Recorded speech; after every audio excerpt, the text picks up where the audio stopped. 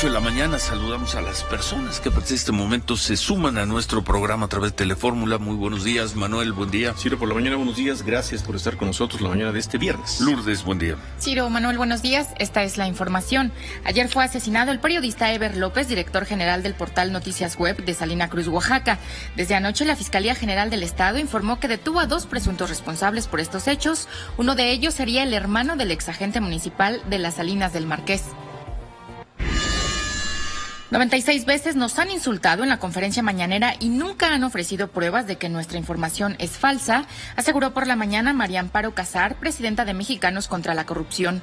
Dijo que hasta el momento no han comprobado que no existe conflicto de interés entre José Manuel López Beltrán y su esposa con la empresa Baker Hughes por haber habitado o rentado una casa de un ex trabajador de esa empresa en Houston. Estaremos implementando el operativo en las vías del tren en Uruapan el tiempo que sea necesario para garantizar el Estado de Derecho y la libre vialidad, aseguró por la mañana José Alfredo Ortega, secretario de Seguridad Pública de Michoacán. Dijo que están preparados para el lunes, día que termina la tregua con los maestros, por si quieren regresar a bloquear las vías. En la madrugada se cayeron los soportes del puente que se construye en la autopista México-Pachuca y la carretera federal a la altura de Tecámac. Este puente comunicaría con el nuevo aeropuerto Felipe Ángeles. Una persona resultó lesionada. En estos momentos el dólar interbancario se cotiza en 20 pesos con 44 centavos. 2 buenas columnas, hay varias, pero tomo dos de que se publican hoy en Milenio. Héctor Aguilar Camín, puntual y breve. Dice, hace 8 días los normalistas de Ayotzinapa lanzaron un tráiler contra guardias nacionales. Correcto. Por fortuna. No Sí, fue una tragedia aquello, ¿no? pero el asunto ya quedó en el olvido. No hay nadie detenido por esos hechos. Y toca un punto, Héctor, no es la primera vez que lo hace. Dice, nunca se ha investigado a fondo y en serio la presencia de grupos criminales en la Normal de Ayotzinapa. Infiltrados los llamó el presidente López Obrador el lunes, dice, y a lo mejor los normalistas ni siquiera lo saben. Eso no quiere decir que la Normal esté tomada por grupos criminales, pero sí, como es práctica habitual de algunos de los normalistas, robar camiones, transporte, y desde hace tiempo tomar casetas. Y dice el presidente que podrían estar infiltrados. Nunca se ha investigado y nunca se quiso investigar porque era muy delicado, espinoso, políticamente costosísimo la presencia de grupos criminales en la Normal de Ayotzinapa en 2014. No se hizo. Buen texto el de Héctor Aguilar Camín. Lanzas un tráiler contra los policías, pero si eres normalista de Ayotzinapa no te pasa nada. Vas a estar unas horas en la cárcel y luego sales. Bueno, en una de esas, Ciro. Pero yo creo que ahí más bien habría que preguntarle a la Fiscalía de la República si en algún momento algo está investigando. Porque estos son vías federales. Por lo pronto no hay nadie detenido. Y luego, en la otra columna, Joaquín López Dóriga, el recuento puntual que hace de todo lo que despotricó el doctor López-Gatell, Todos Somos Hugo, sobre la ivermectina. Todo lo que dijo en el 2020 y esta semana, pues había que rescatar, como dice Joaquín López Dóriga, rescatar al soldado Sheinbaum. Y esta semana dijo, no, actuó muy bien el gobierno de la Ciudad de México.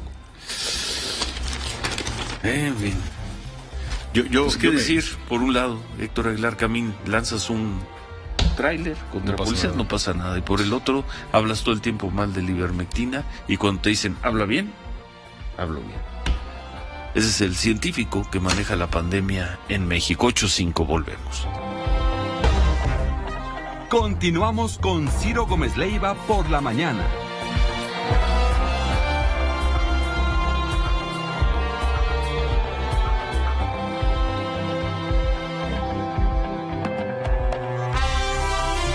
Ocho con 9, pues tuvieron alcance nacional estas palabras groseras, porque eso fue palabras groseras del gobernador de Veracruz, Cuitlagua García, el viernes respondiendo una pregunta de la reportera Sara Landa.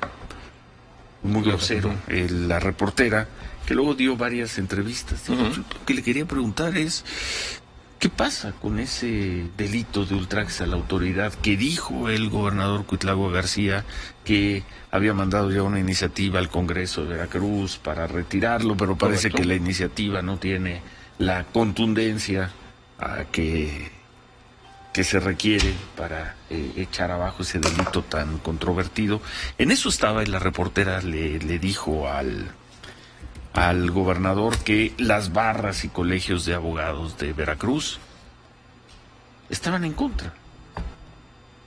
Cuitlagua García le discutió con ella y se dio este momento tan duro, tan grosero, tan autoritario por parte del gobernador de Veracruz, a quien hemos buscado, a quien le hemos pedido una opinión, no ha querido. Pero bueno, no ha querido. Es que no tiene tiempo, que está en reuniones. No quiere, simplemente no quiere, está en su derecho.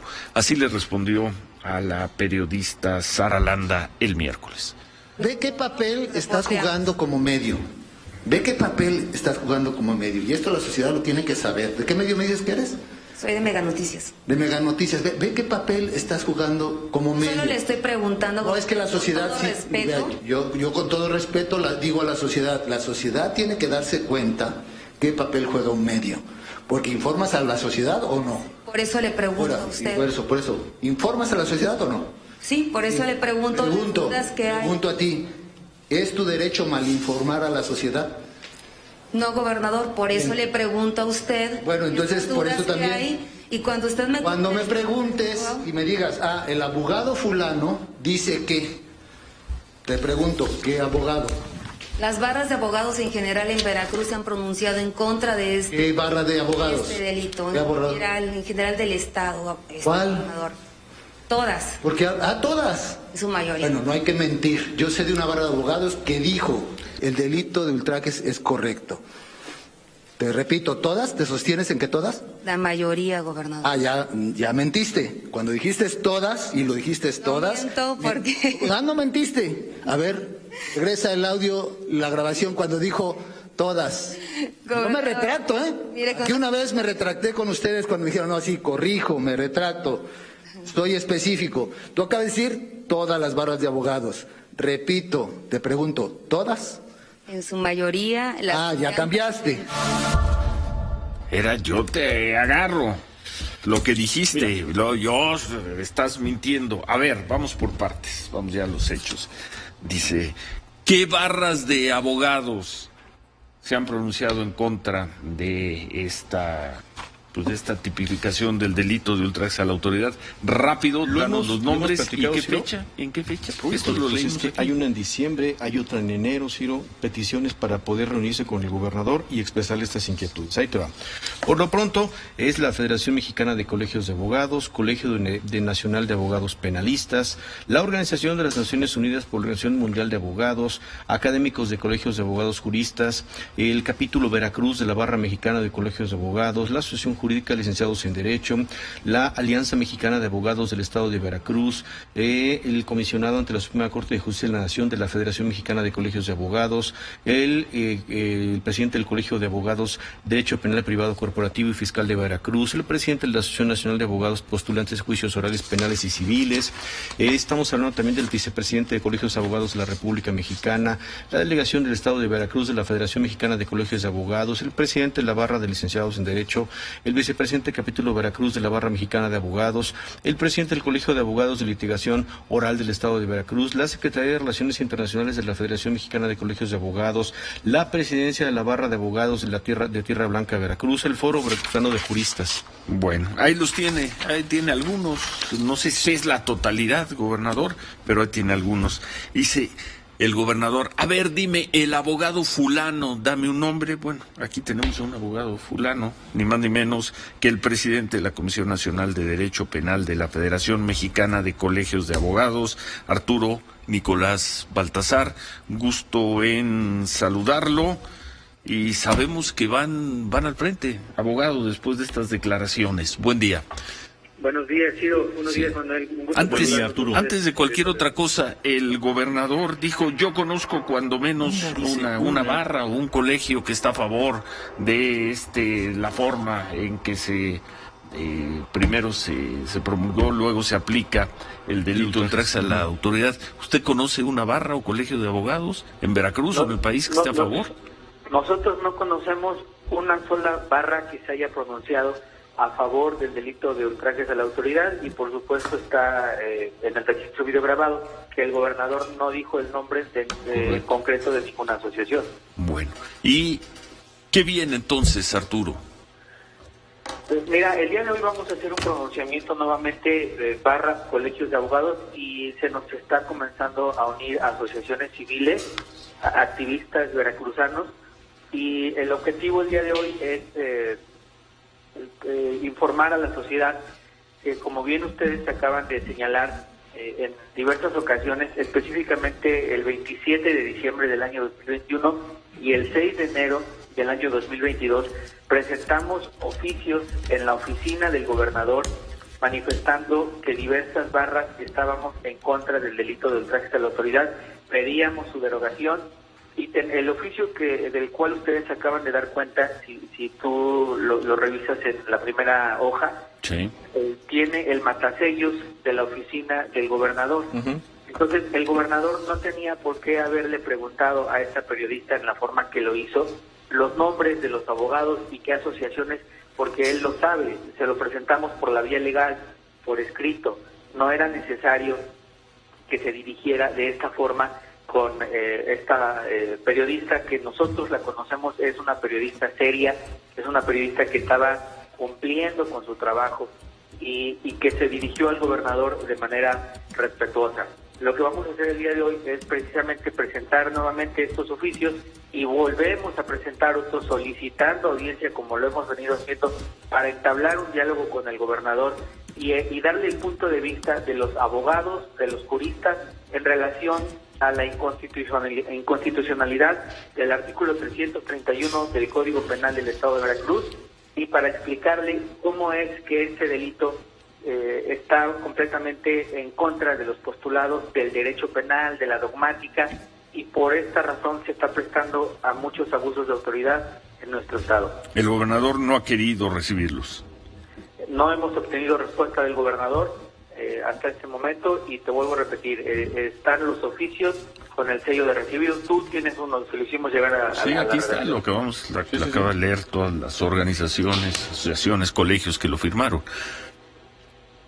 Efectivamente, vamos a seguir insistiendo en este diálogo con el gobernador. También, por supuesto, la próxima semana vamos a realizar un foro en el cual vamos a informar a la sociedad el punto de vista jurídico en relación a este delito de ultraje a la autoridad, y el día de hoy vamos a solicitarle de manera atenta y respetuosa al gobernador que deje de criminalizar a los abogados, porque dice que nosotros los abogados estamos defendiendo delincuentes, que con esto nos vamos a enriquecer, lo cual no es cierto. Existe un principio de presunción de inocencia.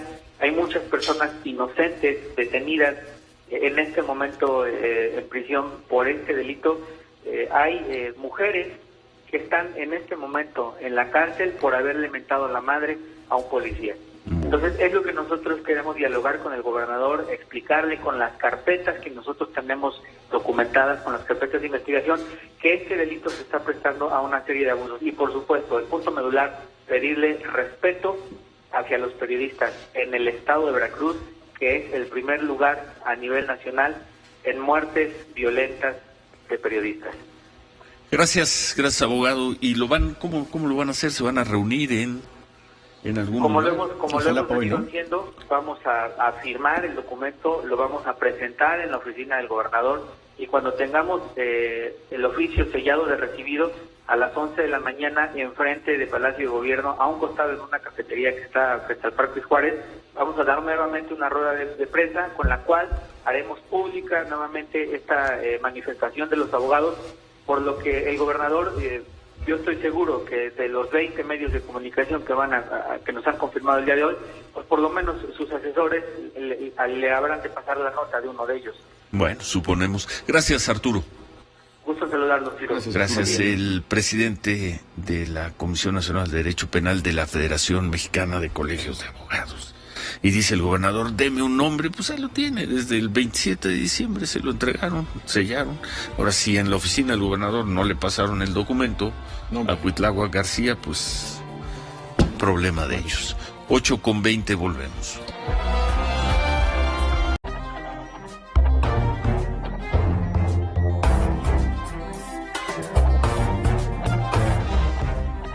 Continuamos con Ciro Gómez Leiva por la mañana.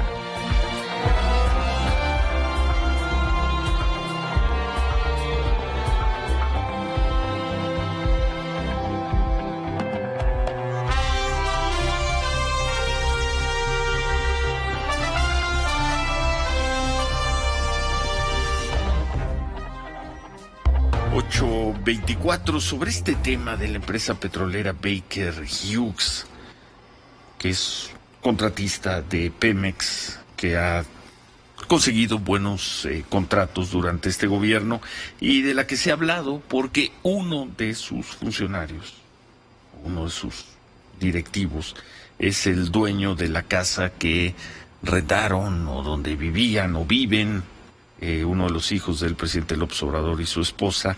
Bueno, sobre el tema, hace 2 días, el miércoles, una persona cuyo nombre Juan Carlos Luna es Juan Carlos Luna, y dice, acá está, mi nombre es Juan Carlos Luna y escribo como parte de un cierto grupo, no precisa cuántos, de accionistas o de tenedores de acciones de la empresa Baker Hughes, y escribe este texto que es una carta dirigida al presidente y al jefe del jurídico de Baker Hughes, a los altos directivos de ese corporativo. ¿Y qué dice en esta carta el señor Juan Carlos Luna? Jaime Anchustegui, buenos días. Efectivamente, Ciro, muy buen día. Pues el señor Juan Carlos Luna, representando a un grupo de accionistas, escribe esta carta tanto al área legal de Baker Hughes como a los directivos, al director general, tanto a las autoridades gubernamentales de Estados Unidos, como afirma al final de la carta. Es una carta que está expresando explícitamente la preocupación que tiene un grupo de accionistas de Baker Hughes sobre el escándalo. No precisa, ni da nombres, ni dice cuántos son. No, siempre dice certain number. Exactamente. Cierto grupo de accionistas un grupo diríamos aquí interesados en este tema. Y bueno, aclara lo que ya sabemos y pues de forma tajante busca respuestas por parte de la empresa, ¿no? Dice que por circunstancias que aún no están claras y que generan una válida y justificada preocupación de posibles acciones legales, el señor Keith Schillings, el ejecutivo de Baker Hughes, otorgó el uso de una de sus residencias en Conroe, Texas, registrada a su nombre, a José Ramón López Beltrán, hijo del presidente de México, y su esposa, Caroline Adams. El matrimonio López ocupó dicha propiedad durante un periodo entre 2019 y 2020, coincidentemente en el mismo momento en que Pemex otorgó importantes extensiones e incrementos de costos a los contratos de Baker Hughes. Continúo leyendo. La óptica y el momento de estos hechos simplemente no son buenos. Estos, al menos, dice la carta, crean la percepción de un posible conflicto de interés y un escenario potencial que podría haber cruzado la línea de las obligaciones legales y éticas de Baker Hughes. Por tal motivo, se justifica una denuncia y es necesaria una investigación. Con esto elabora, es una carta un poco larga, pero de forma muy breve está exigiéndole respuestas, como se están exigiendo respuestas, bueno, no sé si exigiendo, pero se están pidiendo respuestas. Habría que traducir muy bien, ¿no? Porque tiene muchos términos legales, jurídicos, que sí requieren de una traducción muy puntual. Lo cierto es que es una carta. Pero lo sustancial está de una persona, ¿no? Repítenos el nombre. Se llama Juan Carlos Luna. Juan Carlos Luna, quien dice hablar a nombre de un grupo de accionistas de esta empresa Baker Hughes, pidiéndole a la dirección del corporativo y a la dirección jurídica del corporativo explicaciones sobre este hecho de la renta, del préstamo, de lo que haya sido, a un hijo del presidente de México. Eso lo están eso es un documento que ya existe, no sabemos desde luego qué curso va a tener, pero hasta donde sabemos es la primera manifestación de accionistas del corporativo. Así es. Pidiéndole información a Baker Hughes, y supongo que esto sí le debe preocupar un poco más a la gente de Baker Hughes. Pienso que sí, ya son ellos, ya son sus accionistas. Como bien decía hace rato María Amparo Casar, como la semana pasada decía Xóchitl Gálvez con esas denuncias que interpuso ante instancias en los Estados Unidos, es que allá sí investigan, Ciro. Allá, por ser personas públicas, expuestas, políticamente expuestas, mínimo se debe investigar, y me parece muy claro que se está investigando por parte de las autoridades. Pues si hay un conflicto de intereses, de entrada si hay un conflicto de intereses. Aquí México puede decir que no. ¿Conflicto de intereses o quizá allá en Estados Unidos, con las leyes de Estados Unidos, alguna ilegalidad? Sí, ilegalidad, abiertamente una corrupción, ¿no? Decía también la María Amparo Casar, ya se está investigando. Pues sí, se está investigando. En México podrá decir Pemex lo que quiera, podrá descalificar lo que quiera, el presidente podrá decir lo que quiera, pero finalmente pues es una empresa estadounidense con reglas estadounidenses, y yo creo que toma una línea distinta de mucho más seriedad lo que pasó ahí. A lo mejor no es ilegal, pero se va a aclarar, Ciro, ¿eh? Ahora sí creo que se va a aclarar, ¿no? Es lo que está pidiendo este señor a los directivos de Baker Hughes. Exactamente, y hay varios elementos que son interesantes porque es la unión de muchas cosas, ¿no? En la carta, de hecho, menciona 6 temas por los que, según él, se debe investigar de forma inmediata y de forma urgente, ¿no? De entrada, por supuesto, la participación del hijo de un presidente mexicano. 2, que es una administración mexicana que ha sido severamente criticada a nivel internacional y nacional, dice la carta, por sus escándalos de corrupción. Baker Hughes. No, el gobierno, exactamente. Bueno, a ver, vamos a detenernos ahí, Jaime, porque está en la línea María Amparo Casar. Supongo que ya conoce este documento, María Amparo, y hasta donde entendemos, más allá que lo tendríamos que leer con cuidado, traducir con el cuidado legal del lenguaje jurídico, hasta donde entendemos es la primera manifestación de accionistas de Baker Hughes pidiéndole explicaciones, información a los directivos del corporativo. María Amparo. Tuve conocimiento después de la entrevista contigo de esta carta, y es un conjunto de altos funcionarios de Baker Hughes que le dirigen pues a la empresa para decirles que bueno, aquí hay claramente un conflicto de interés y tráfico de influencia. Tú dices que son altos funcionarios, de políticas de integridad de la empresa es necesario investigarlas, se lo piden así a la compañía, investigarlo de manera más profunda, y no solamente como lo hicieron la semana pasada, enviar una carta de que iban a tratar de ver qué ocurría con esto. Y creo que va en línea perfecto con el reportaje de Latinos y Mexicanos contra la corrupción, porque incluso no sé si te fijaste que es una de las cosas que yo te había dicho en la mañana, no está claro si esta casa a una persona políticamente expuesta bajo lo que se llama el FCPA, que es la ley anticorrupción para las empresas que tienen actividades fuera de los Estados Unidos, y ahí claramente dice que primero que el proceso por el cual se le entregaron a Pemex los contratos, ellos dicen no fueron bajo el concepto de licitación pública, no se siguieron los procedimientos estándares que debe de seguir Pemex, y hubo una aprobación laxa, te estoy citando textualmente, del proceso por el cual se expandieron los contratos y el costo de ellos a Pemex. A ver, María Amparo, perdón, te interrumpo, dime. Porque tú dijiste es dirigida por altos funcionarios, es escrita por altos funcionarios. Según leemos nosotros, lo escribe una persona en nombre de accionistas.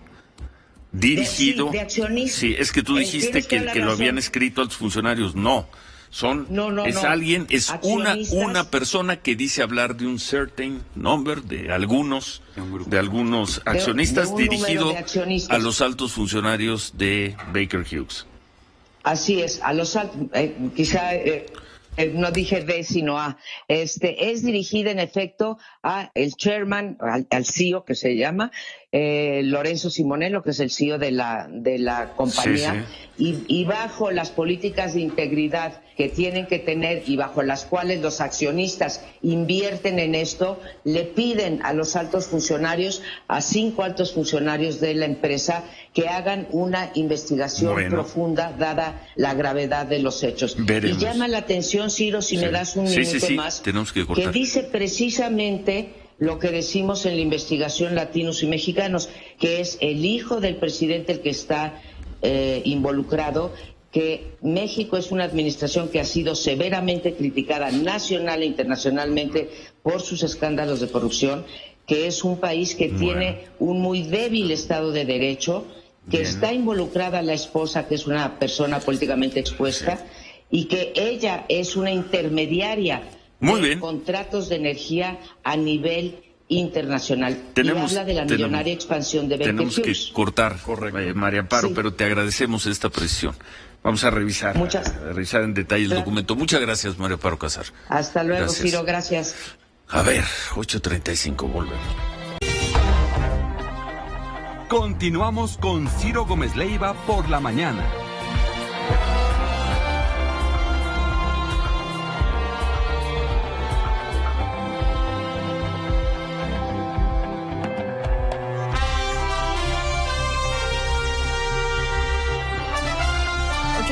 Por la mañana, esta es la información. Ayer fue asesinado el periodista Eber López, director general del portal Noticias Web de Salina Cruz, Oaxaca. Desde anoche, la Fiscalía General del Estado informó que detuvo a 2 presuntos responsables por estos hechos. Uno de ellos sería el hermano del agente municipal de las Salinas del Marqués.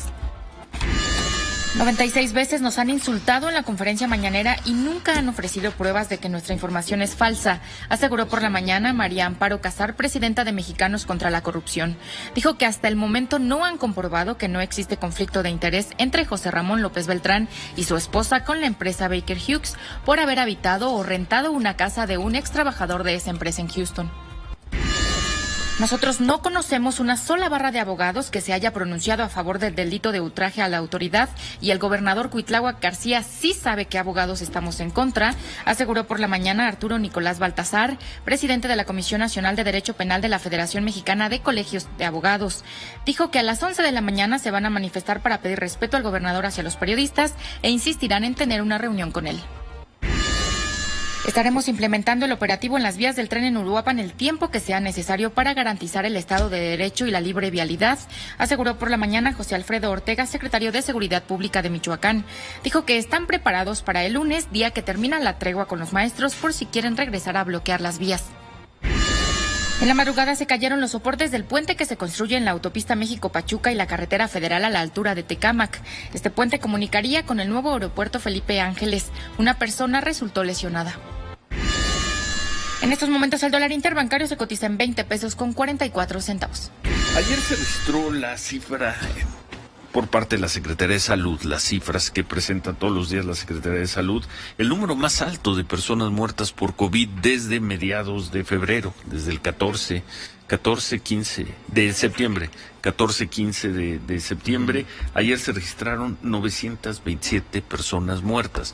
Ha dicho la autoridad que de alguna manera adelantó el doctor López-Gatell que la cifra de personas muertas podría subir en estos días porque tendría correspondencia con el alto número de contagios que se registró en las pasadas 2 o 3 semanas.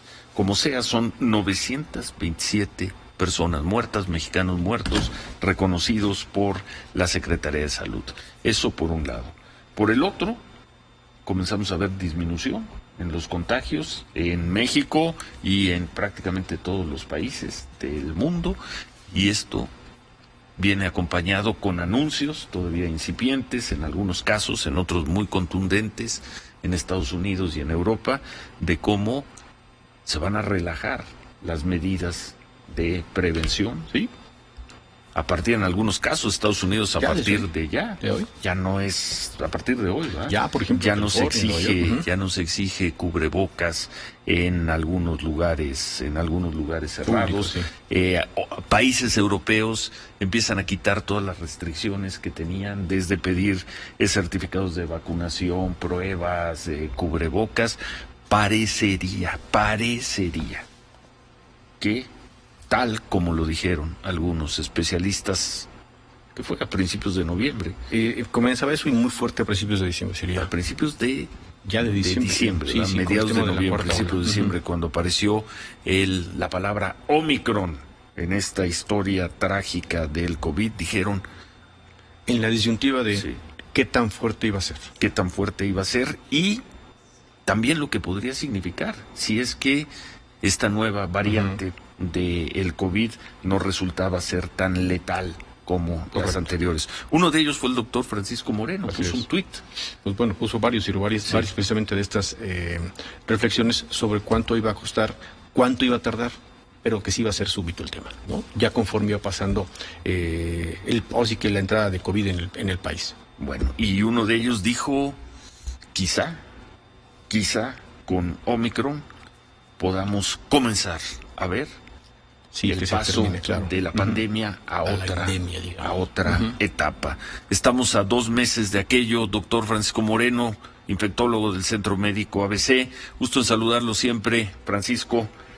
Igualmente, Ciro, un gusto estar contigo, con Manuel y con todo tu auditorio. No sé si hay información, hay estadística suficiente para retomar lo que usted decía en noviembre, de que Omicron, al no ser tan letal como las otras variables, en especial Delta, podría comenzar a perfilar el final de la pandemia de COVID como lo hemos vivido estos más de 2 años ya. Así es, parece que los 2 factores importantes que tiene Omicron, uno, evidentemente que no es tan letal, pero el otro es que tiene una transmisibilidad, una capacidad de contagio altísima, entonces eso provoca que muchas personas al mismo tiempo adquieran inmunidad y eso llega a provocar que el virus en cierta forma pues no tenga nuevos huéspedes a quien infectar y el número de casos empieza a disminuir. Eso lo empezamos a ver en diferentes países del mundo que han tenido este tsunami de casos con Omicron desde que apareció en noviembre en Sudáfrica. ¿Y eso se está dando? ¿Eso ya se dio, doctor? ¿O estaría por concluirse en las próximas semanas, veces? Esto se está dando, pero pues existe, como todo lo que ha pasado en estos 2 años, siempre el factor de cambios en cuanto a la biología del virus, en donde pudiera aparecer una variante diferente, ¿no? Hasta el momento se ve complicado eso porque el virus tuvo un viraje hacia una variante menos agresiva. Yo creo que esto lo que nos tiene que enseñar es que tenemos que tener respeto, cuidado y sobre todo entender que pues como seres humanos somos vulnerables. Ojalá que den muchas lecciones buenas porque ha habido mucho malo durante todos estos 2 años y pareciera que empezamos a poder ver un poquito hacia el futuro, hacia lo que debemos de hacer para prevenir que una situación como la que hemos vivido se vuelva a presentar. Y bueno, vea las decisiones que están tomando ya algunos países europeos y Estados Unidos. Que también hay cuestiones políticas, porque desafortunadamente la pandemia pues ha estado rodeada de toda esta situación en donde hay gente que pues no ha querido aceptar las medidas, no aceptó el cambio, no ha querido las vacunas, y pues esto ha generado divisiones en un mundo ya de por sí dividido, y el hacer o decir que pues ciertas medidas ya no son obligatorias, pues también es una forma de tratar de limar esa división que se ha provocado. Creo que el cubrebocas es un instrumento muy noble que deberá de ser parte de nuestras enseñanzas en que ciertos momentos, o si tú eres vulnerable, o si tienes alguna enfermedad, pues puedes usarlo, sobre todo en invierno, ¿no? Ahorita todavía en México estamos en invierno, todavía hay influenza, todavía hay otros virus respiratorios que te protegen el cubrebocas. Entonces esta medida tan politizada en nuestro país, porque pareciera que es un símbolo de debilidad o de... pues no sé, es difícil explicar por qué ciertos sectores, y desafortunadamente sectores muy importantes del país, nunca aceptaron el uso del cubrebocas. Pero creo que es de las lecciones que hay que aprender, hay que tener ese instrumento como una medida de prevención. Pero no ve entonces cercana todavía la normalización de la vida. Me refiero a una vida sin exigencia de presentar certificados de vacunación, pruebas de COVID, uso de cubrebocas. No la ve todavía cercana. Ni en México ni en el mundo. Cercana me refiero a los próximos 2, 4, 6 meses. No, yo creo que sí. ¿No? Yo creo que ¿Sí o no? Yo creo que sí vamos a estar en esa medida. Pero hacia la normalidad ya. No certificados, no cubrebocas. Sí, nada obligatorio. Yo creo que esto se va a volver algo que dependerá de cada quien, ¿no? Si estás vacunado, pues dependerá de ti. Si estás usando el cubrebocas, dependerá de ti. Pero, pues esas son las lecciones que creo que deben de quedar en cada uno de nosotros. Como medidas políticas, medidas gubernamentales, probablemente estas vayan a desaparecer en los próximos 3, 4 meses. Si la situación sigue como va. En México y en el mundo, por lo que estamos viendo, yo insisto, más allá de la parte política y de las diferencias con las minorías que no se han querido vacunar o que protestan contra las medidas, son minorías, doctor. En Estados Unidos, cuando ya vemos el número grueso, son minorías en Estados Unidos, en Francia, en España, en Italia, en Inglaterra, en Alemania, son minorías. Más allá de eso, pues creo que la tendencia es a ir quitando las restricciones. Ya lo vemos en algunos países que van a dejar de pedir el certificado de vacunación para entrar, por ejemplo. Así es, yo creo que esas medidas se van a ir disminuyendo porque pues también tenemos que ir evolucionando, cambiando en cuanto a que esta situación pues ha entrado en una fase que parece, como comentamos, una fase ya en donde vamos a coexistir con el virus, pero no vivir con el miedo de que pueda provocar estos tsunamis de contagios, ¿no? Vamos a coexistir con un virus, pero si estamos vacunados, la probabilidad o el porcentaje de letalidad de ese contagio será cada vez más bajo.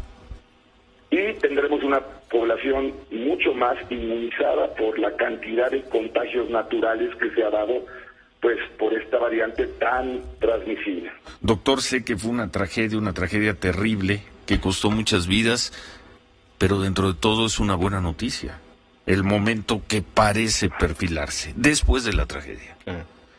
Yo creo que sí, y yo insisto mucho a tu auditorio que hay que aprender de esto. Creo que tenemos que sacar conclusiones y medidas para un futuro, porque es una muy buena noticia, pero también es una enseñanza de que puede haber pandemias y que seguramente habrá pandemias, ojalá y ya no nos toquen a nosotros y les toquen a las futuras generaciones, pero pues siempre va a estar latente esa posibilidad. No, la posibilidad siempre va a estar latente, pero en el punto en el que estamos hoy, que es Omicron, parecería una buena noticia lo que perfila.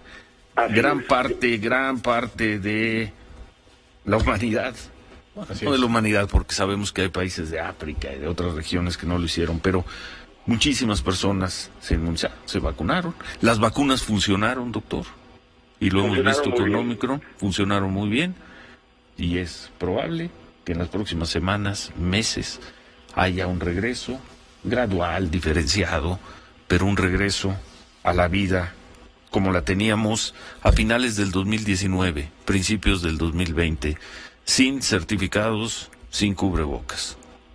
Así es, eso es lo que parece ocurrir en el mundo y parece que ocurrirá, y como dices muy bien, es una excelente noticia y a seguirle adelante. Muchas gracias, Francisco, gusto en saludarlo, gusto en platicar siempre con usted, buen día. Buen día, un saludo a todos. Gracias. Bueno, pues una excelente noticia, ponla de primera en nuestros resúmenes. Además por el doctor Francisco Moreno, que ha sido creo que una de las guías, ¿no?, muy claras para una gran parte de la sociedad, aquí sí, ¿no? Cosa que ha dicho el doctor Moreno, cosa que ha sido casi y quedará también para el registro cuando se haga una evaluación detallada, seria, de cómo se manejó la pandemia en México, ante la voz diaria machacante del gobierno, del doctor López-Gatell. Recordemos el momento en el que tenían conferencia de prensa todas las noches, fue por más de un año.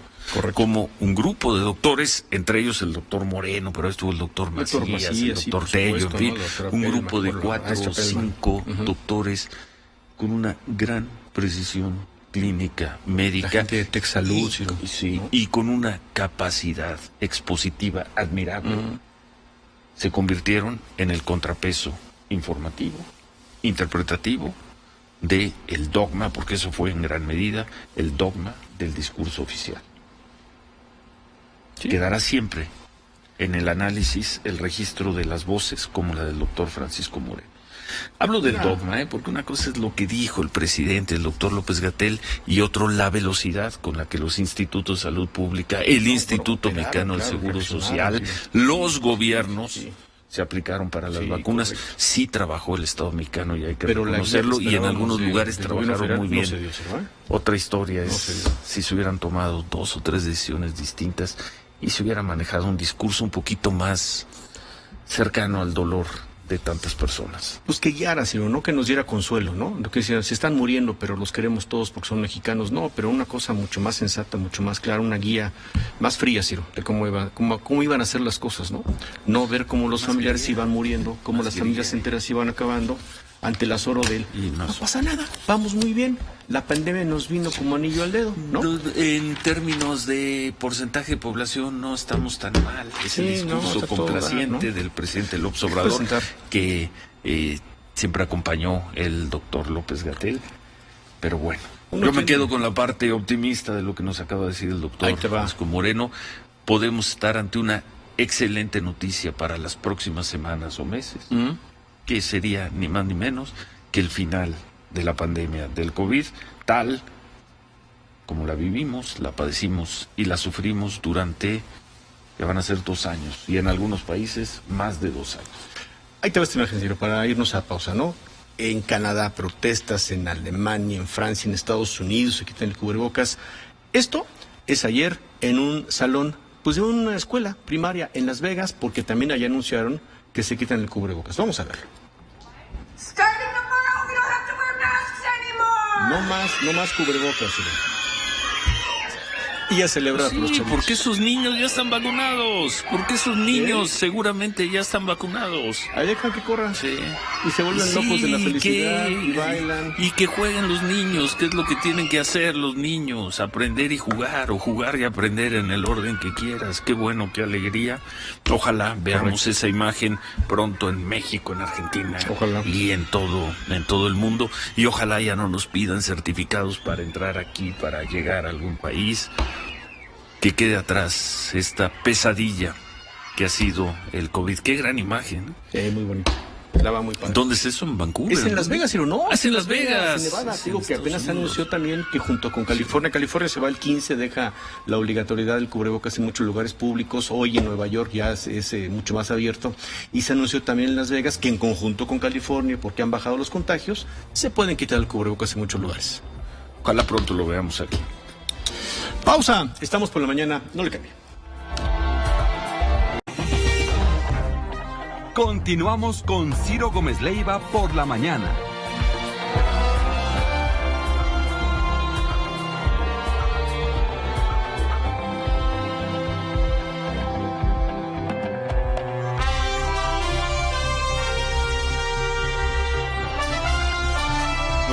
¿En qué va la conferencia mañanera hoy están en Hermosillo? Están en Hermosillo, Sonora, en Hermosillo, Sonora. Sofía, buenos días. Buen día, Ciro. Pues aprovechando que están en Hermosillo, Sonora, le preguntan al presidente sobre la nominación, sobre el nombramiento de Claudia Pavlovich como cónsula en Barcelona. Le preguntan que pues hay algunos reclamos de la gente que le critican que si ellos votaron por un cambio fue porque estaban inconformes con el gobierno de Claudia Pavlovich, que cómo mantiene este nombramiento, y el presidente responde que esos son apreciaciones, que no hay ninguna denuncia formal en contra de la exgobernadora. Dice el presidente que yo sepa, la Fiscalía no ha turnado ningún caso al Poder Judicial, no podemos hacer a un lado a nadie solo por denuncias públicas. Dice que ojalá esto ayude a que cuando alguien haga una denuncia pública, dice sin limitar la libertad de expresión, vaya acompañado de una denuncia formal, que haya pruebas y que sea la autoridad la que decida y que no haya linchamientos públicos. Le insisten al presidente y él dice que tomó esa decisión decisión porque en el tiempo que Claudia Pavlovich estuvo como gobernadora y coincidió con su gobierno, dice el presidente, conté con su apoyo, fue respetuosa con el gobierno federal, entiendo que hay quienes no comparten este punto de vista, pero eso es parte de la democracia, dice el presidente, y que finalmente la nominación va al Senado y ahí hay una oportunidad para que se debata y que otro poder decida si va o no esta nominación, dice el presidente. Bueno, ¿habrá llegado ya la solicitud para que el Senado apruebe a Quirino Ordaz como embajador de México en España? No lo sé. Hasta ayer no había llegado. No, de hecho hoy el periódico El Universal lo pone como su primer bajo reserva, aunque no ha llegado, pero llegamos hoy, sí. Nada.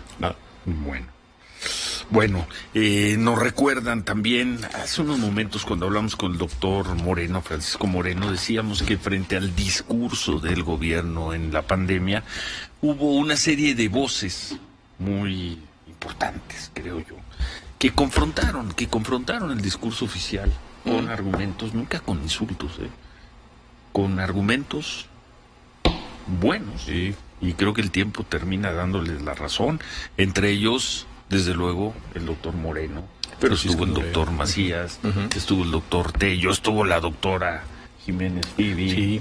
Yo sumaría, aunque él no es doctor, el trabajo impecable que hizo el doctor Hernández Bringas, claro, Héctor Hernández Bringas, con su análisis de la mortalidad.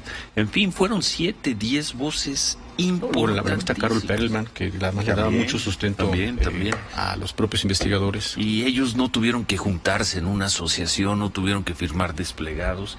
Cada uno con su trabajo fueron manejando una visión, en ocasiones opuesta, en otras complementaria al discurso oficial.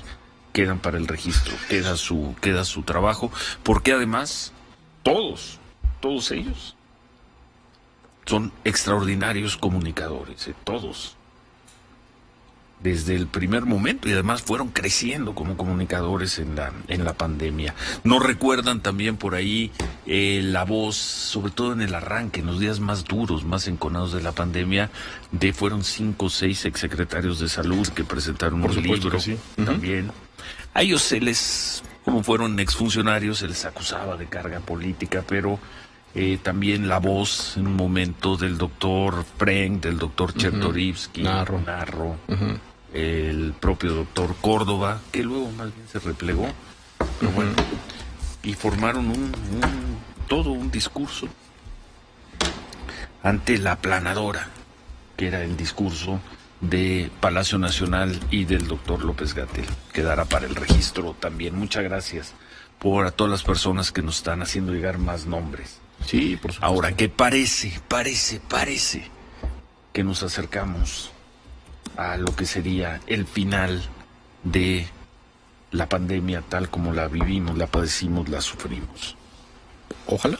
¿Qué es el final de la pandemia? El regreso a una vida cotidiana, como la tuvimos antes de que nos tuviéramos que poner cubrebocas, tuviéramos que presentar certificados, nos tuviéramos que quedar en casa. Eso es el final de la pandemia. Cambio de tema, Colima. Cambio de tema, Ciro. Colima. Bueno, pues semana complicada, semana difícil para Colima. Terminó yendo el secretario de Marina ayer precisamente a reunirse con la gobernadora Indira Vizcaíno. ¿Para qué? Pues para tratar de encontrarle una solución a 5 días consecutivos de balaceras entre grupos armados. Ahí fundamentalmente entre Colima estuvieron dándose estos problemas, estos enfrentamientos, y el municipio de Villa de Álvarez. Finalmente la gobernadora anoche envía un mensaje. ¿Por qué? Porque además se tomaron decisiones, por ejemplo, de cerrar las universidades, cerrar comercios, etcétera. Bueno, pero viene el fin de semana, y antes de ir con nuestro compañero del Grupo Fórmula ya, vamos a escuchar un momentito lo que dijo la gobernadora anoche en mensaje a los colimenses. Me dirijo a todas las y los colimenses. Desde hace poco más de 3 meses que dio inicio a nuestro gobierno, nos comprometimos a gobernar cerca de ustedes y de sus problemas, nuestros problemas, pero también a gobernar con total transparencia, hablándoles siempre de frente y siempre con la verdad.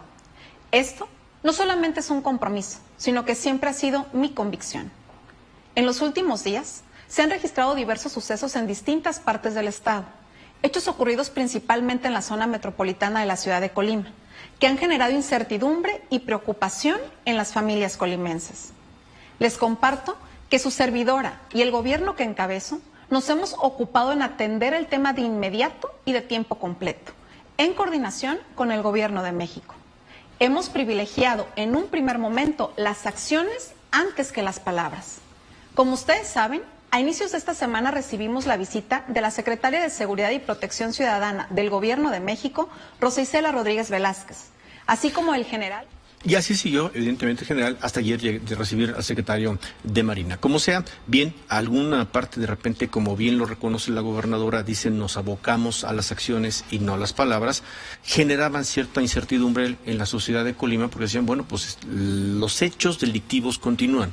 No es Aguililla, ¿no?, para ponerlo en un ejemplo claro, pero sí había estas manifestaciones en esta zona importante del estado de Colima. Pero bueno, pues como quiera se tomaron decisiones, la sociedad tomó decisiones, cerraron escuelas, cerraron comercio. Salvador Figueroa, su compañero del Grupo Fórmula allá en Colima, pues no solamente cómo han estado ayer, hoy decisiones, cómo viene el fin de semana, qué es lo que piensa la sociedad luego de estas palabras que ya dijo la gobernadora. Buen día, Salvador. Muy buenos días, Manuel. Ciro, los saludos del estado de Colima, y efectivamente, como lo señalan, después de 5 días consecutivos de balaceras entre grupos delictivos, empresas de diferentes giros comerciales en la zona metropolitana del estado han decidido cerrar para evitar cualquier daño colateral que afecte a los clientes, pero también a los propietarios de los establecimientos. Y es que los enfrentamientos con arma de fuego que se presentan prácticamente durante las 24 horas del día desde el pasado lunes han provocado pánico entre la población, por lo que los comercios han decidido bajar cortina. Los empresarios piden una respuesta inmediata por parte de las autoridades estatales ante la ola de violencia que azota principalmente la zona metropolitana, que comprende 5 municipios. Se ha recrudecido sobre todo en la capital del estado y el municipio de Villa de Álvarez. Aunado a ello, Ciro, comentarte que cuerpos y restos humanos embolsados que han sido arrojados a plena luz del día y en vialidades importantes, así como también la aparición de presuntas narcomantas, tienen aterrorizada a la ciudadanía. Y es que ayer por la noche, como bien lo señalan en un mensaje a través de sus redes sociales, la gobernadora Indira Vizcaíno Silva confirmó que la disputa se presenta entre 2 grupos delictivos que anteriormente eran aliados. Sin mencionar detenciones de personas, aseguró que trabajan coordinadamente con las autoridades federales y municipales. Ante esta situación, la Universidad de Colima, a través también de sus redes sociales y medios de comunicación, hizo el conocimiento a la ciudadanía y sobre todo a la comunidad universitaria la suspensión de clases de ayer jueves, hoy viernes en 5 municipios. Esto derivado de los hechos violentos de las últimas horas, ya que bueno, hoy tan solo, Ciro, Manuel, les comento, hoy Colima amanece con 2 ejecutados que fueron prácticamente abandonados afuera de la Facultad de Medicina de la máxima casa de estudios. Ante la ola de violencia que azota al estado de Colima, la Secretaría de Marina anunció su intervención en los operativos para erradicar los enfrentamientos entre los grupos delictivos que han provocado la suspensión de clases y, por supuesto, el cierre de negocios. Ayer estuvo en Colima, como bien lo señalan, el almirante José Rafael Ojeda Durán para supervisar y tomar decisiones, prácticamente el control de los operativos especiales que buscan reforzar la seguridad, sobre todo en la zona de Colima y Villa de Álvarez. Es el reporte que se tiene desde el estado y seguiremos muy al pendiente cómo es la expectativa que se tiene, sobre todo por el pánico y el temor este fin de semana en la zona de la capital de la entidad de Villa de Álvarez. Ciro. Pues muchas gracias y suerte allá en Colima. Gracias, Salvador. Salvador Figueroa, buenos días. Muy buenos días. Gracias. Bueno, vamos a pausa. Estamos por la mañana, @Ciro Gómez L, cuenta de Twitter, Ciro Gómez Leiva, cuenta de Facebook, 5551663404, Radio Fórmula en Facebook, Radio-Fórmula en Twitter, radioformula.com.mx, nuestro sitio para que nos visitas. Hacemos una pausa, volvemos. Vamos con Ciro Gómez Leiva por la mañana.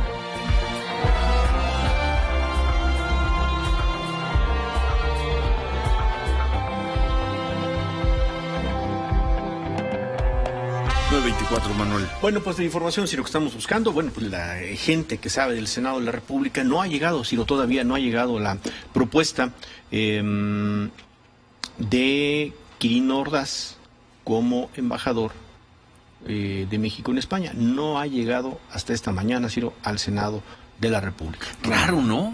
Raro.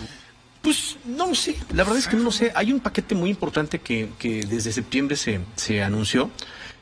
A mí me daba la impresión, Ciro, por los procedimientos de antes, y esto no sé si tenga que ver más bien luego con las prisas del presidente, que luego por eso se justifican quizá las críticas duras que le hacen al canciller Marcelo Ebrard, porque lo que tiene que hacer, pues es hacer lo que le pide su jefe, ¿no? O sea, yo creo que todo el mundo entenderá que Marcelo Ebrard no se manda solo, pero pues a veces pareciera que piensan que sobre todo en este gobierno alguien se manda solo.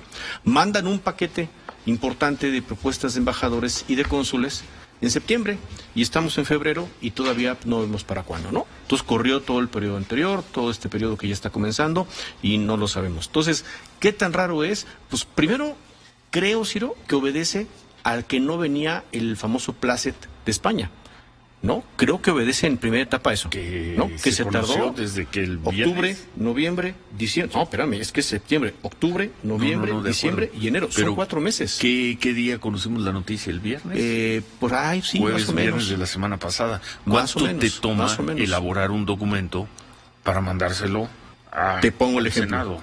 Se pensó que el señor que iba a Panamá, ¿no? Salmerón iba a Panamá y no lo recibe de Panamá. Yo lo que creo es que se hace el documento, Ciro, se arma el expediente una vez que tienes el Placet. Y ahí es donde creo que se tardaron, ¿no? Ahí es donde creo que están tardándose nada más, Si ¿no? tuvieras cierto sentimiento de urgencia, si tuvieras elaborar ese documento, ¿te podría tomar una mañana? No sé, Ciro.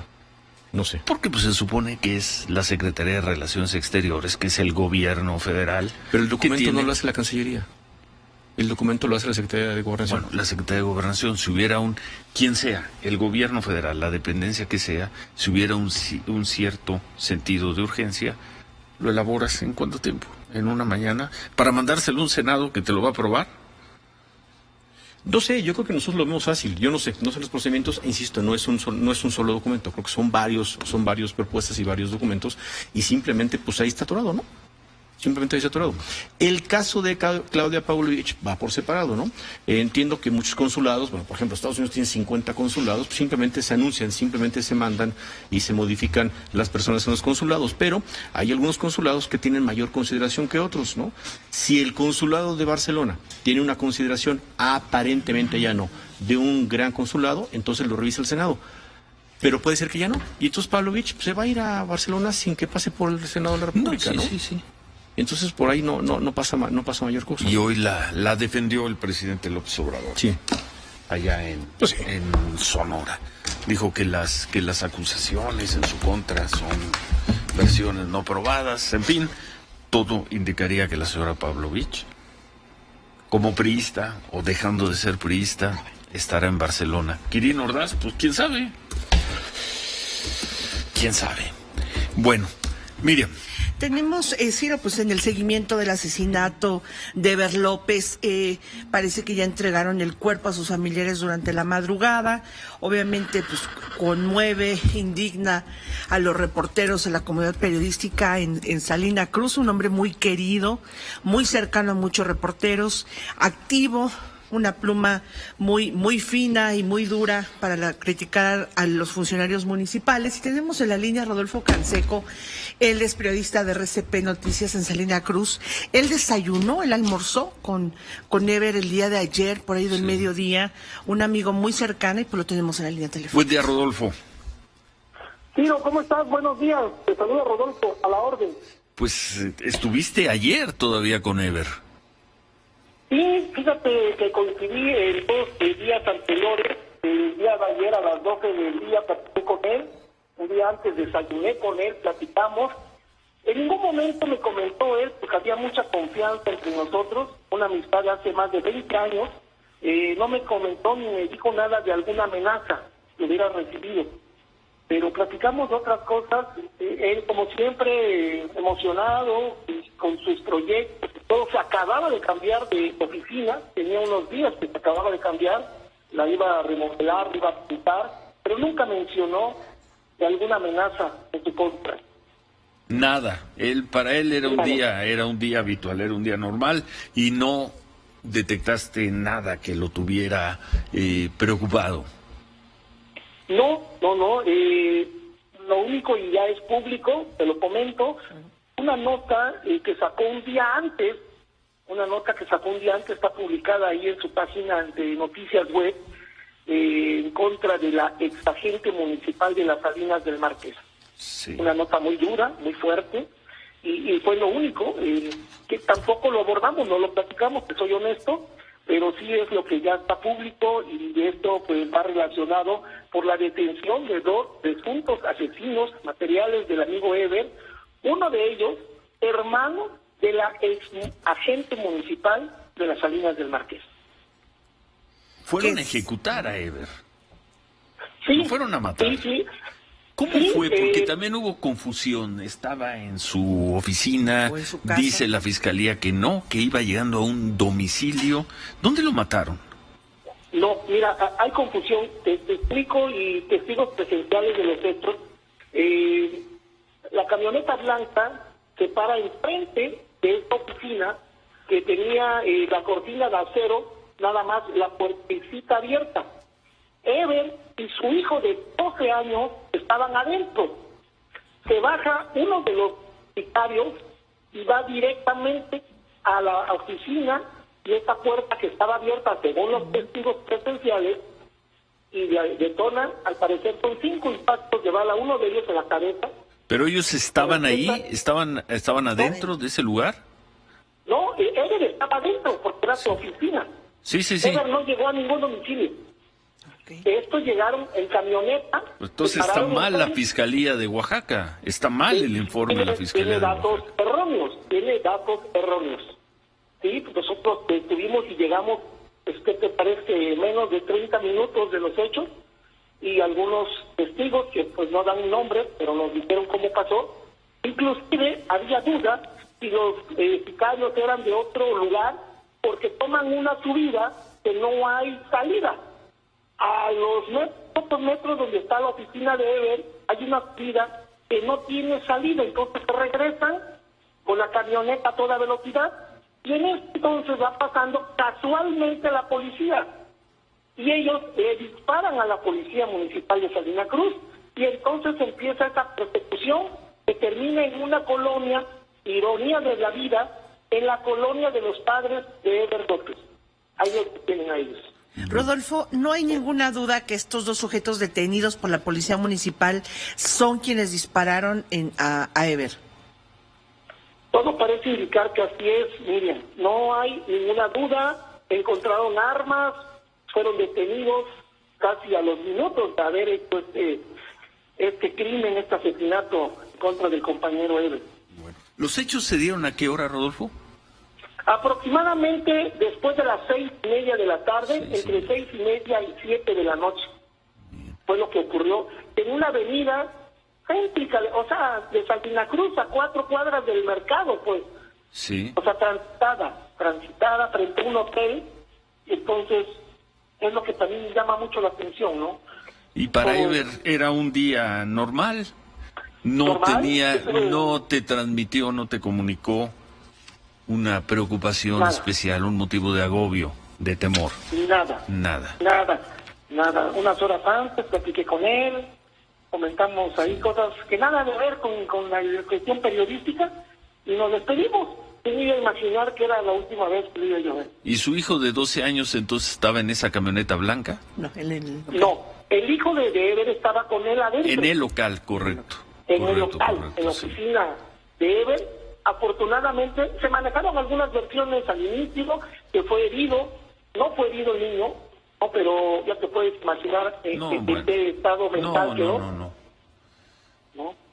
Sí, es lo que pasó ayer, Ciro. ¿Se contempla algo, Rodolfo? ¿A qué horas va a ser el funeral de Eber? ¿Va a haber alguna manifestación? ¿Qué tienen planeado? Mira, hay muchas cosas que se comentó ayer. Yo creo que en 1 hora, a más tardar, ya tengo toda esa información. Voy a ir ahorita a ver a los papás de Eber, y también qué se pretende hacer, ¿no? Si se va a quedar todo el día, hasta mañana se le da la sepultura, el entierro, no sabemos, y manifestación tampoco. Muchas gracias, Rodolfo. Rodolfo Canseco, periodista de RCP Noticias allá en Salina Cruz, Oaxaca. Gracias, Rodolfo, buen día. Gracias a ustedes. Gracias. Hasta luego.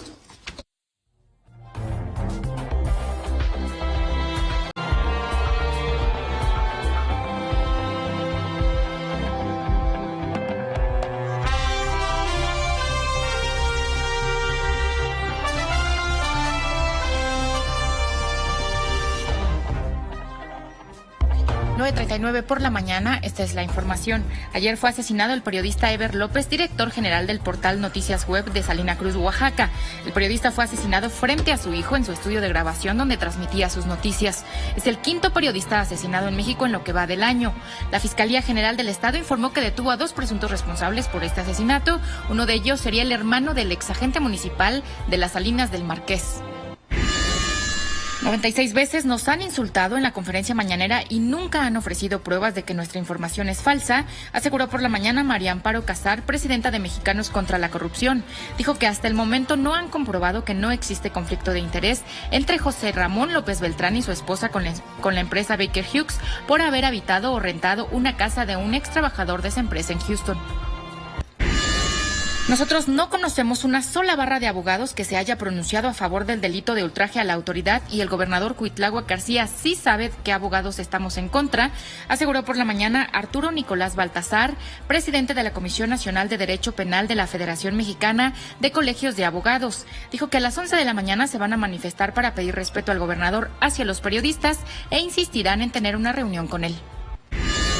Estaremos implementando el operativo en las vías del tren en Uruapan el tiempo que sea necesario para garantizar el Estado de Derecho y la libre vialidad, aseguró por la mañana José Alfredo Ortega, secretario de Seguridad Pública de Michoacán. Dijo que están preparados para el lunes, día que se termina la tregua con los maestros, por si quieren regresar a bloquear las vías. Es una excelente noticia que en 3 o 4 meses podamos regresar de manera gradual a la vida como la teníamos antes del 2020 en casi todo el mundo, sin certificados y sin cubrebocas, aseguró por la mañana el doctor Francisco Moreno, infectólogo del Centro Médico ABC. Dijo que seguimos siendo vulnerables al contagio, pero estamos entrando a una fase en la que podemos coexistir con el virus. En la madrugada se cayeron los soportes del puente que se construye en la autopista México-Pachuca y la carretera federal a la altura de Tecámac. Este puente comunicaría con el nuevo aeropuerto Felipe Ángeles. Una persona resultó lesionada. En estos momentos el dólar interbancario se cotiza en 20 pesos con 44 centavos. Enrique Burak, buenos días. Hola Ciro, ¿cómo estás? Te saludo con muchísimo gusto a un par de días del Super Bowl. Y antes de hablar acerca de la final del fútbol americano, un par de comentarios rapidísimos. Uno sobre Cruz Azul, la capacidad que se tiene para destruir un proyecto exitoso que apuntaba para más, pero primero con movimientos que no se entienden de jugadores y luego la salida que menos se entiende de Álvaro Dávila como presidente del equipo. Pues una felicitación para Cruz Azul y sus cúpulas que están destruyendo todo a un ritmo récord. Y también hablar acerca de lo que hizo Donovan Carrillo en los Juegos Olímpicos Invernales en Beijing, en donde que no aparezcan autoridades a ponerse medallas y a decir que nosotros lo apoyamos y es un éxito absolutamente de él y de sus familiares. Pero bueno, hablar acerca del Super Bowl del próximo domingo, en donde los dineros se han cargado un poco del lado de los bengalíes de Cincinnati. No sé si tanto tenga que ver con el asunto de que es un equipo carismático que pues ha tenido una postemporada sensacional, tumbando a Tennessee, que era el número 1 de la conferencia americana, a los favoritos jefes de Kansas City, y ha llegado al Super Bowl. Aunque de cualquier forma la línea está todavía 4 puntos favorable para la escuadra de los Carneros de Los Ángeles, que ayer, por cierto, dejaron su sede de entrenamiento habitual en Thousand Oaks, que se encuentra con unos 45 minutos de Los Ángeles. Se fueron a Pasadena, al Tazón de las Rosas, donde se han realizado 5 Super Bowls. Y para que vean ustedes el detalle al que se lleva la preparación de un partido, el pateador de despeje de los bengalíes de Cincinnati, Huber, que por cierto lleva 13 años con Cincinnati, es zurdo. Y entonces, pues, ¿qué fue lo que hizo el equipo de los Carneros? Contrató solamente por el día de ayer a un pateador de despeje zurdo para ensayar las patadas de despeje y las devoluciones. Y ustedes dirán, bueno, ¿qué tiene que ver zurdo o derecho? Bueno, el ángulo en las patadas cambia. Entonces, bueno, por ese motivo es que lo hicieron los Carneros de Los Ángeles. Ayer, por cierto, se llevó a cabo también la gala de la NFL, en donde Aaron Rodgers fue designado por 4ª ocasión en su carrera y 2º año consecutivo el jugador más valioso de la liga. Se ha colocado solamente a uno de Peyton Manning, que tiene el récord, y no hubo todavía nada acerca de su futuro, si es que va a continuar con los empacadores o si es que se va a ir del equipo. Y también ayer se dieron a conocer a 8 nuevos miembros del Salón de la Fama. Ahí está Tony Boselli, Leo Butler, Sam Mills, Richard Seymour, Brian Young, Cliff Branch, Art McAnally y Dick Vermeer, quienes están ingresando al Salón de la Fama. Así que pues todo está listo, Ciro, para el Super Bowl del próximo domingo, que esperemos sea el colofón a una extraordinaria postemporada. Los juegos divisionales fueron sensacionales, todos se decidieron en la última jugada, y los juegos de campeonato de conferencia también fueron muy espectaculares. Así que bueno, se nos acaba la temporada de la NFL y los esperamos, Ciro, el domingo a las 5 por el 5. Gracias, Enrique. Gracias, abrazo. Gracias, buen día. Aprovechamos, Ciro, el vuelo de los deportes. Tenemos 5 pases dobles para que quien quiera ir a ver al equipo femenil de fútbol de Pumas, que va a jugar con el Cruz Azul, pues vaya, mañana sábado al mediodía tenemos 5 boletos dobles al 55 51 66 3404. Llámenos, por favor. 5, insisto, para el partido de las chicas. Pumas contra Cruz Azul. Y para el caso del domingo, tenemos 4 boletos de la Liga Varonil, Pumas contra León, el domingo al mediodía. Aquí tenemos 4, entonces llámenos también al 55 51 66 3403. Ahí están los boletos, 5 para el femenil, 4 para el varonil, ¿no? Muchas gracias. Bueno, y muchísimas gracias por todos los comentarios, Ciro, sobre el tema de los consulados de carrera. Sí que se tarda un poco, Ciro, la elaboración de los documentos, que es lo que nos está diciendo toda la gente, que tiene que ver con la Cancillería, con experiencia en Cancillería, en consulados, que no nada más se arme el expediente, sino que se tiene que armar un expediente de trabajo para la persona o el promovente. Por eso puede estar tomando más tiempo en el caso de Quirino Ordaz. Y para el consulado, pues no tendría que pasar entonces el caso de Claudia Pavlovich por ser un consulado de carrera. No es un consulado general. Hay quien nos dice, recuerden cuando fue cónsul Fidel Herrera en Barcelona. En ese momento, el gobierno de México decidió degradar de consulado general Barcelona a consulado de carrera. Entonces, de esa manera ya no tendría que pasar por el Senado de la República, y así se quedó, Ciro. Entonces, lo de Pavlovich va limpio, no pasa por el Senado de la República, ¿no? Muchísimas gracias por todo lo que nos comentan. Muchísimas gracias, ¿no? Y también gracias por los comentarios sobre los periodistas asesinados. Pues, ¿qué decir, no? ¿Qué decir? 5 en menos de un mes, entre el 15 de enero, que mataron a un periodista en Veracruz, y ayer, que mataron a otro en Salina Cruz. 5. Es correcto.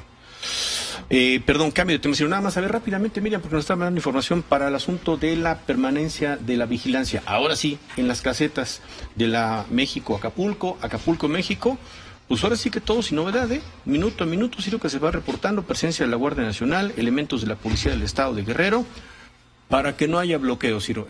Perdón, Miriam, ahí están. Por tercera semana consecutiva se mantiene el operativo, es el operativo Caseta, evitar a toda costa el boteo de organizaciones civiles. Nos dicen que hasta el corte de las 9 de la mañana y esta hora pues se mantiene tranquila la circulación en ambos sentidos. Sin embargo, bueno, cuando se han registrado los incidentes y la llegada de las organizaciones civiles es pasada a las 11 de la mañana, así que se mantienen en alerta, y si hay necesidad de reforzar la seguridad, pues hay suficientes elementos de Guardia Nacional para poderlo hacer. Entonces, así se mantienen ahorita las casetas de la Carretera del Sol en la Autopista del Sol del lado de Guerrero, ¿no? Gracias. Enrique Hernández. Buen día, Enrique. Ciro, ¿qué tal? Muy buenos días, te saludo con gusto. Me encuentro en el kilómetro 35+900 en la carretera México-Pachuca, donde durante la madrugada de este viernes se colapsaron tres traves que van a integrar un puente que conectan justamente este punto carretero con Tecámac, Estado de México. Y es que hay que destacar que estas 3 traves que se colapsaron ya están siendo destruidas por maquinaria pesada para su retiro. Afortunadamente, esto no ha afectado el tráfico cotidiano de la autopista, debido a que justamente en este tramo son más de 500 metros. Se viene construyendo tanto la ampliación de los carriles como este puente. Lamentablemente, una persona lesionada es un empleado de la empresa Golfo Centro, que fue trasladado a la clínica 200 de Tecámac para su atención médica, y se reporta como delicado. Ahorita ya están retirando lo que son esas 3 traves, ya las destruyeron, únicamente queda aquellos cachos de concreto y de varilla, que ya están siendo retirados para continuar con los trabajos de ampliación de los carriles en este punto carretero al rumbo a la Ciudad de México, de los cuales estaremos al pendiente y reportando constantemente, Ciro. Gracias, Enrique. Gracias. Y no quiero dejar de que termine el programa sin referirme a lo que acaba de ocurrir en la conferencia de prensa del presidente López Obrador. El presidente López Obrador está muy molesto desde hace 2 semanas con un periodista, con Carlos Loret de Mola. Prácticamente todos los días ha ido en su contra, porque Carlos Loret de Mola publicó un reportaje sobre una casa donde vive o renta el hijo del presidente López Obrador en Houston. Muy cuestionable que un presidente, sirviéndose de todos los recursos de un gobierno, ataque así sistemáticamente a un periodista. En este caso ha sido a más de un periodista. También ha sido muy duro con Carmen Aristegui, como en otros momentos lo ha sido con otros periodistas. Pero bueno, pensábamos que las cosas quedaban en las palabras, en las descalificaciones, en esta discusión sin ningún tipo de equidad. Porque la fuerza que tiene un presidente de la República en México, sirviéndose de todos los instrumentos de difusión y reproducción que tiene el gobierno federal, no la tiene ningún periodista, no la tiene ningún otro medio de comunicación. No hay ningún principio de proporcionalidad en lo que ha hecho el presidente López Obrador durante 2 semanas seguidas con Carlos Loret. Pero eran palabras, era discurso. Lo grave es que hace unos momentos el presidente López Obrador acaba de difundir las cifras de lo que, al parecer, son los ingresos de este periodista, de Carlos Loret, en el 2021. Carlos Loret ya respondió, dice que las cifras son incorrectas, pero independientemente de eso, es obligado preguntar, ¿de dónde obtuvo el presidente López Obrador? ¿De dónde obtuvo el presidente López Obrador esa información? Creo que puede ser de 2 vías. Uno, preguntó a las empresas donde trabaja Carlos Loret, y las empresas le dijeron, sí, cómo no, lo pide el presidente de la República, aquí están los sueldos, aquí está el ingreso de Carlos Loret. Yo dudo mucho que ese haya sido, dudo mucho, pero puede ser. Segundo, la otra fuente donde pudo haber obtenido la información es de el sistema de administración tributario. Es decir, del SAT. Tampoco lo sé si fue el SAT. Pero ¿quién más puede tener el compendio de esos ingresos? Si no es las empresas, y luego sumas, a ver, trabaja en 2 o 3 o en 4 empresas, sumas y te da tal total. O la información la aportó el SAT. Es información que por ley tiene que ser confidencial. El presidente ni siquiera, ni el presidente, ni ningún funcionario de su gobierno tendrían que estar enterados de esas cifras. Es el sistema de administración tributaria, no es la oficina de pesquisas de la Presidencia de la República. Pero además, si por la razón que sea, el presidente López Obrador tuvo acceso a esas cifras, no tiene ningún derecho el presidente ni ningún funcionario de hacer pública esa información. No sé si cometió una ilegalidad el presidente López Obrador, pero nada más, por el puro tema de la inseguridad, hacer pública esa cantidad, que además se la pagan distintas empresas. Supongo que las empresas consideran que el valor del trabajo de Loret lo vale. Supongo, porque además son empresas, que las empresas obtienen recursos suficientes por el trabajo de Carlos Loret para pagarle ese sueldo. Pero como sea, nada más por cuestiones de seguridad, el presidente de la República tendría que ser mucho más cuidadoso en difundir esa información. La de Loret y la de cualquier otro periodista. Y la de cualquier otra persona. Y todo esto por un reportaje. ¿Qué hizo Carlos Loret? Un reportaje, comentarios en un programa de radio, columnas en un periódico. No ha hecho otra cosa. Muy grave, muy grave lo que acaba de ocurrir hoy en la conferencia del presidente López Obrador. El presidente López Obrador ha difundido información que, hasta donde tengo entendido, no tendría por qué conocer el presidente. Y si la conoce, no tendría por qué difundir.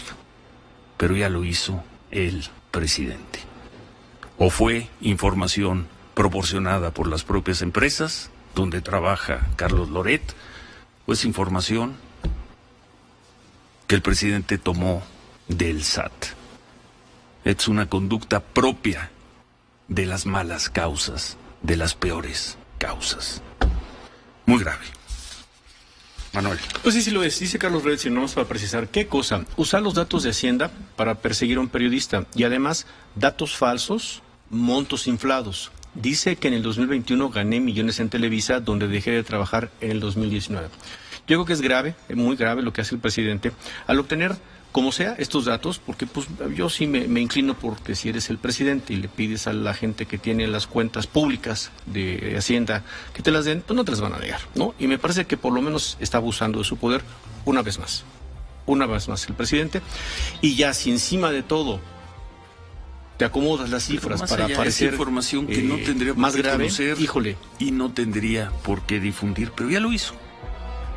¿Qué antecedente está dejando el presidente López Obrador?